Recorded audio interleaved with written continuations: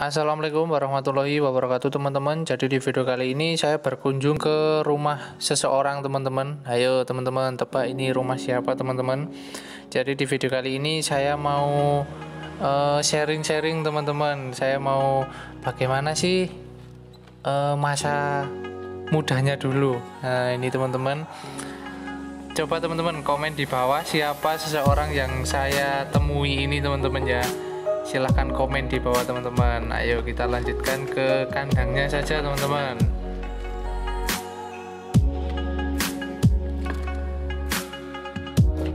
Jadi ini Mas, rumah saya ini di sini. Saya besar dari kecil di sini, lahirnya juga di sini. Oke teman-teman, ini saya akan menuju ke kandang ayah beliau nih teman-teman. Untuk kandangnya lokasinya di atas rumah ini teman-teman, di gunung. Kandangnya di atas ini Mas, jadi karena ya lokasinya pegunungan, ereng-ereng gini. Kandangnya rewot Mas. Rewot Mas, sederhana lah. Kandangnya rewot. Nah ini teman-teman, waduh tapi ini ada sapinya kok boys ini Mas ya.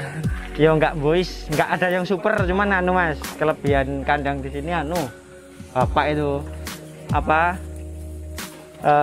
babonnya kalau kita bilang itu babon Rambon Mas.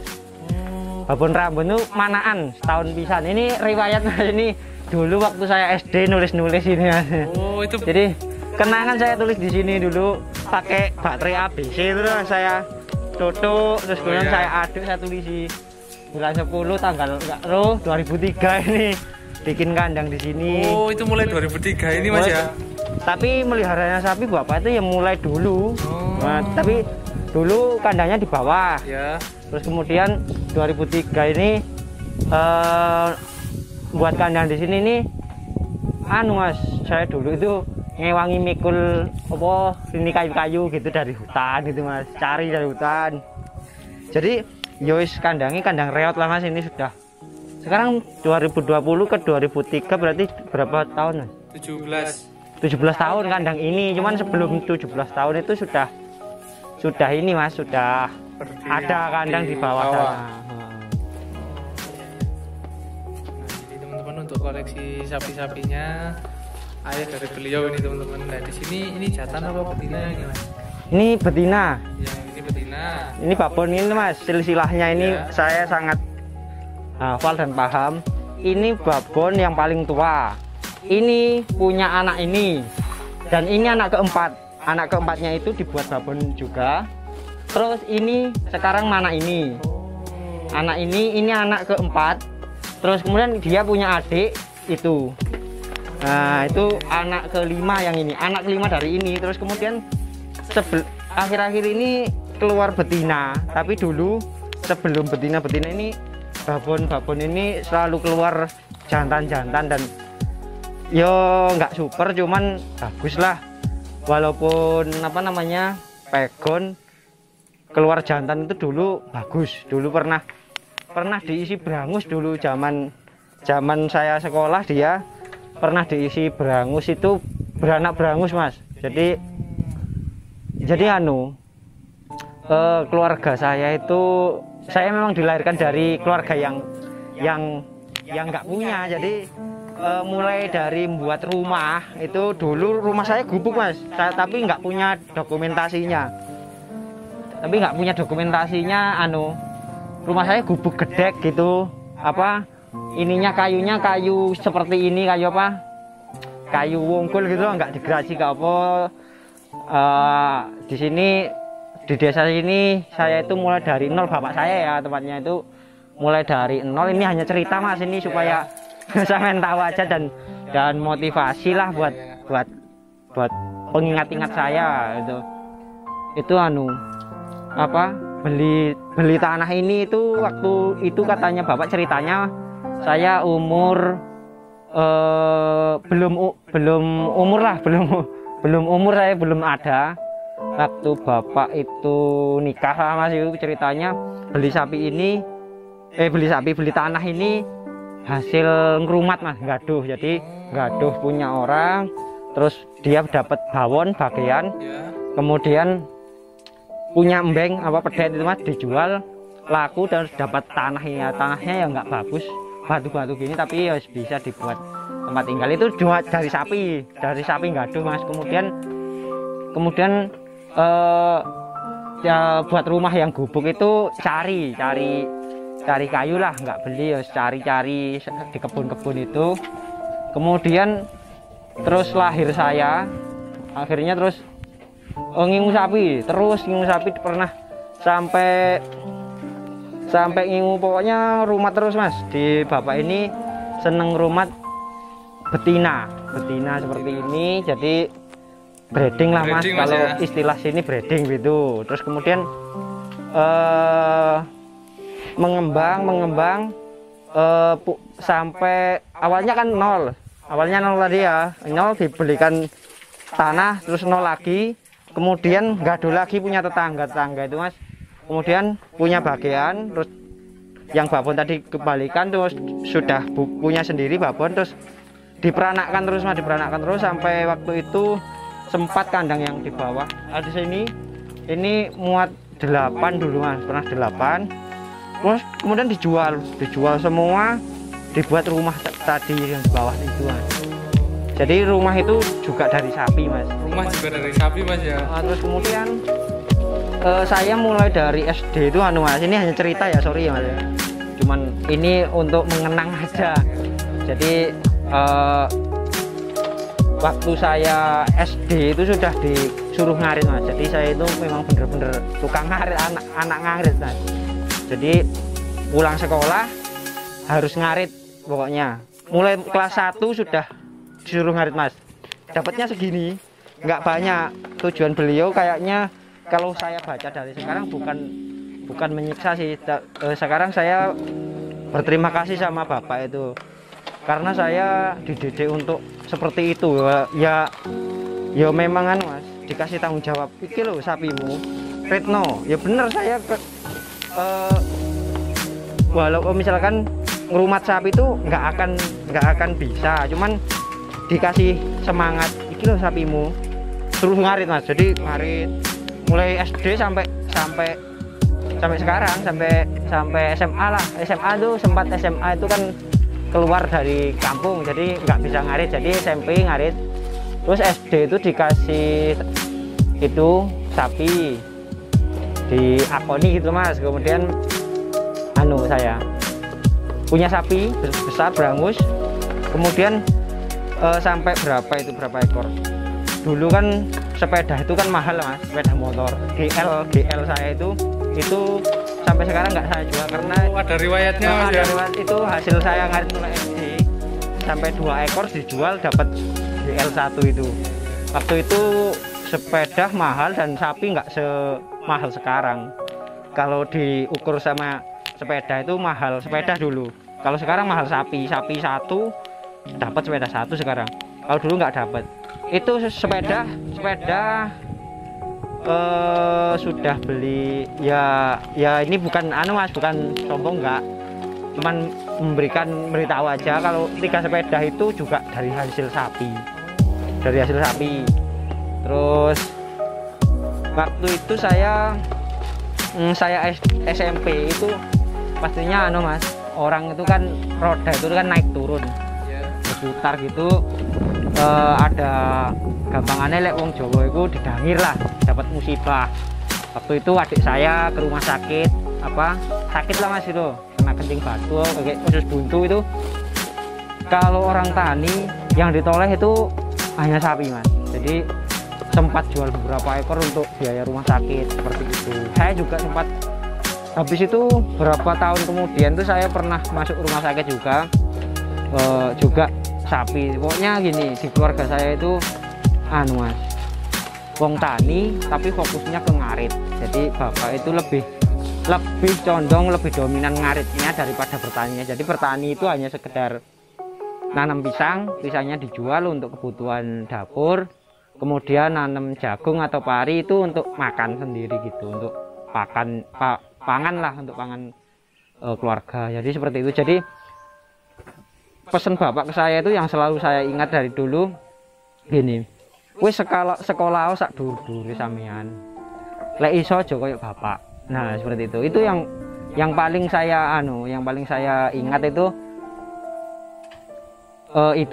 jadi lek iso ndure satu strip, kalau bisa ya di strip atasnya, walaupun nanti sama misalkan terpaksa nggak ada rezeki untuk di atasnya bapak, jadi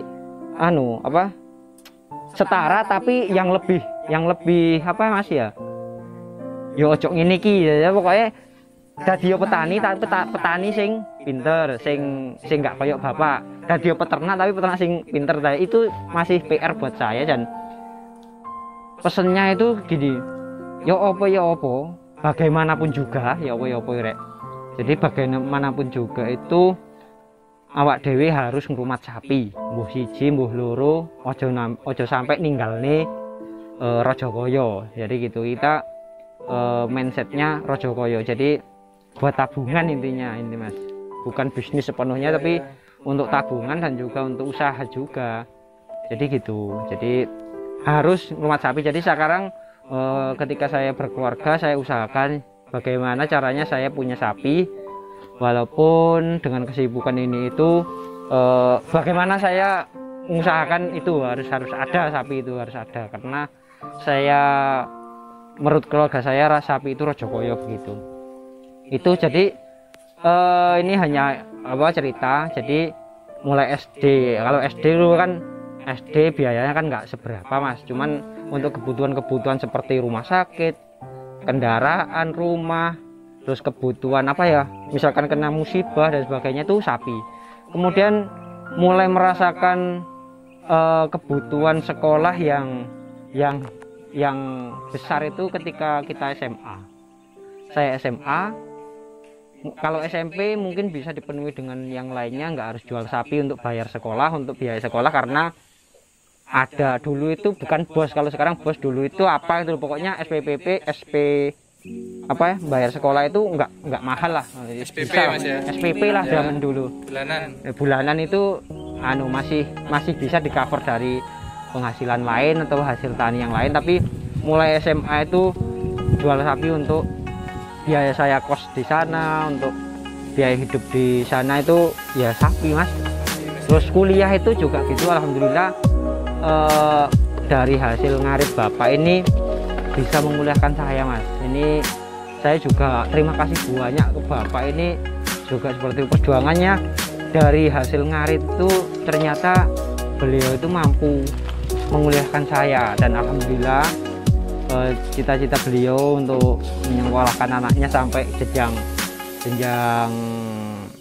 akademis lah, jenjang kuliah perguruan tinggi itu terwujud. Walaupun dulu pernah banyak bulian mas. Ini cerita saja, dulu itu saya SMA kan, ini pinggiran mas, ini tempat saya ini pinggir sekali, pinggir alas lah mas, pelosok lah, saya itu orang pelosok, orang desa sekali.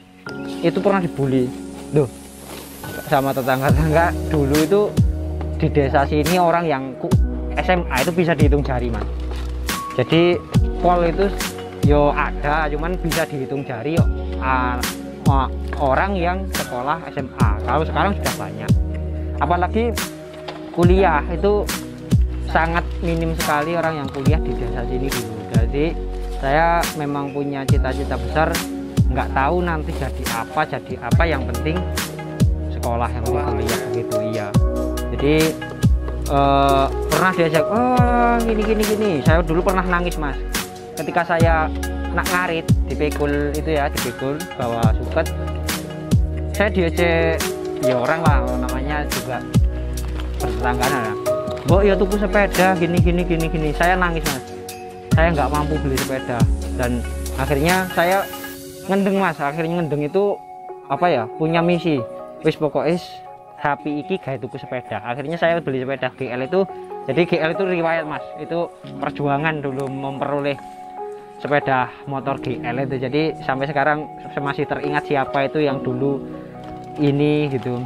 Kemudian saya kuliah, banyak bulian, gini, wis banyak lah namanya tingkat kesadaran masyarakat angkat pendidikan itu masih rendah, dan alhamdulillah Bapak ini mendukung, wis sekolah kuliah Bapak sak kuat-kuate membantu gitu Mas. Jadi seperti itu.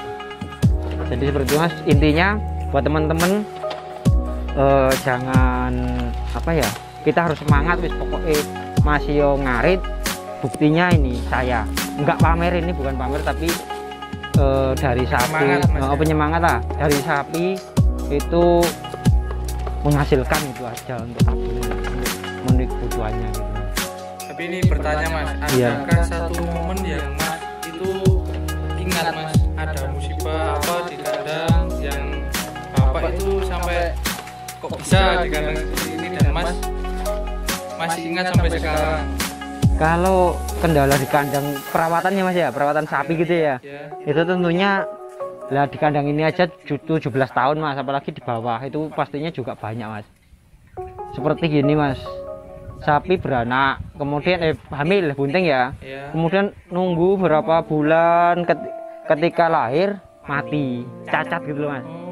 Dan cacat itu kalau kita amati dulu nggak ada IB Mas, belum ada, belum ngetren lah IB itu. Jadi di KWE atau di kawin ke sama anaknya, jadi babon kawin sama anak itu dia cacat itu mungkin ada faktor X, faktor lain nggak tahu, tapi dulu seperti itu ada Mas. Kemudian sapi sakit alhamdulillah nggak ada, belum pernah Mas, cuman hamil mati itu pernah, itu yang. Terus kalau kendala di sini, kalau merawat sapi itu kendalanya kalau musim kemarau Mas. Di sini karena kondisi alamnya seperti ini, kalau musim kemarau nggak ada rumput lah Mas. Jadi seperti itu. Sulit Mas, rumput. Terima kasih untuk wawancara kali ini Mas. Iya. Ini saya sowan di kandang. Ini asal saya Mas, saya cerita asal saya itu mungkin ke Mas aja ini asal muasal. Tapi itu bapak saya Mas, bisa sampean tanya-tanya nanti. Itu mulai tekok ngarit. Jadi ini Mas, ini sapi, ini babon. Terus ini sudah ditawar orang ini Mas. Alhamdulillah Mas, sudah ada penawaran Mas ya. Ada penawaran. Kalau yang paling ujung itu jantan atau betina Mas? Betina ini. Oh, jadi ini betina semua Mas? Iya, tapi ini lebih bagus dari yang mbaknya. Itu bapak saya Mas. Pak, ate ditakoki Pak sama masih rumah sapi mulai kapan ya? Waduh ya mulai cilik. Wah, dari kecil Pak ya? Iya, terus nganti cilik. Ya ini teman-teman adalah ayah dari beliau yang tadi kita sedikit cerita, dan ternyata memang ayahnya itu ngerumati sapi itu dari sejak dulu Pak ya. Ya kecil aku, kecil. Aku masih nganu kali yo, ngrumat sapi le. Aku yo gak ngapusi enggak. Takono anakku iki. Tak sembarang sapi. Sampai ya tak itu bertegali iki. Gawe omah. Yo gak sembarang lah. Sapi. Saking sapi Pak nggih. Iya, heeh. Alhamdulillah Pak. Sapi Rajakoya ya Pak jare. Sapi Rajakoya tiang Tani. tiang tani Pak Iya, nggih. Prinsipnya bapak gini Mas, saya tanya orangnya. Pokoknya lek wong tani, lek prinsipnya bapak itu kudu duwe sapi gitu. Soale sapi itu ceritane wong tua iku Rajakoya, rajane wong tani lah. Oh iya niku. celengane Pak nggih. Iya celengane. Niki wae saking pundi Pak? Teko ngarit itu. Oh saking ngarit iki Bapak iki. Ngarit iku. Oh nggih. Ngarite akeh Mas ini pakane. Jadi full Satu hari hijauan. berapa bentel Pak? Berapa ikat Pak? Iki sapi apat iki tak pakani rong sepeda. Oh, rong sepeda niku ageng-ageng Pak nggih lek Iya, bentel wis iki. pokok ngene iki. Oh nggih. Rong sepeda yang ngene iki. Kadang ayo tak punjul didik ora mesti. Oh nggih. Wah, ini tadi kan saya bercerita sama Iya. beliau sampai mensekolahkan anak itu dari hasil sapi Bang. Aku masih nyekolahno iki ya. Nggih. Sampak kuliah ya sapi. Oh nggih. Tuku sepeda ya anakku sing iki tak tukokne sepisan ya. Sing anakku sing nomor lorone lagi le ku. ping 3. Ya sepedangan mek sapi tok. Dari sapi wae. Iya, sapi. ayo nyekolane nganti ya tak gawe dadekne wong. Iya. Saya nikah itu dijualkan sapi juga Mas, biaya nikah itu. Ya, nikahnya tak anu. Sama nikahnya adik kan juga dijualkan sapi juga. Nah, ini tadi kan sedikit bercerita sama masnya katanya dulu awalnya tuh enggak do Pak nggih. Oh iya iya, heeh. Nganu rumat. Rumah nggih. Rumah. Rumah terus jadi milik sendiri. Iya, yang ini iki terus. Yes, pokoknya tak gawe sembarang lah. Nggih. Pokoknya intinya dari nol Mas. Bapak kesini wis nol gak nggawa apa. Nol, gak apa-apa. Aku asal Banjarsari ini rapi lu nol gak apa-apa. Tapi terus nang kene rumah sapi, mana terus kira-kira aku wis duwe bagian. Babone tak balekno. Oh. Nggih. Terus wong ya wis duwe bagian. Babone tak balekno terus aku ngomong. Ini salah satu cerita menarik dari kandang ini teman-teman. Kandang reot masih, kandang reot tapi anulah riwayat menghasilkan yo menghasilkan anu wis akeh. Ngasilnya kandang iki masih elek ngene iki yo berapa juta. Oke, Pak. Nah, ini teman-teman, buat teman-teman yang melihat video ini semoga bisa termotivasi dan sedikit cerita dari beliau menjadi semangat untuk teman-teman yang melihat video ini. Nah, ini teman-teman, kan ini belum tahu siapa yang saya wawancara ini teman-teman. Nah, ini Nganu, nggak usah lepas masker, lepas iki. lah ini komen dulu. Ditebak aja Lur, ditebak aja. Tebak aja, jadi enggak. Ini saya suruh hadap sini tapi tanpa lepas masker. Coba teman-teman bisa tahu apa tidak ini. Beliau adalah orang yang kemungkinan Anda sudah mengenal karena di dunia persapian beliau ini sudah menekuni sejak lama. Enggak, masih pemula Mas. Masih pemula. Wah, ini saya bantu closingnya aja nih. Ya, ini dulur-dulur yang nonton video ini, cerita tadi hanya untuk penyemangat kita bahwa ngarit itu tidak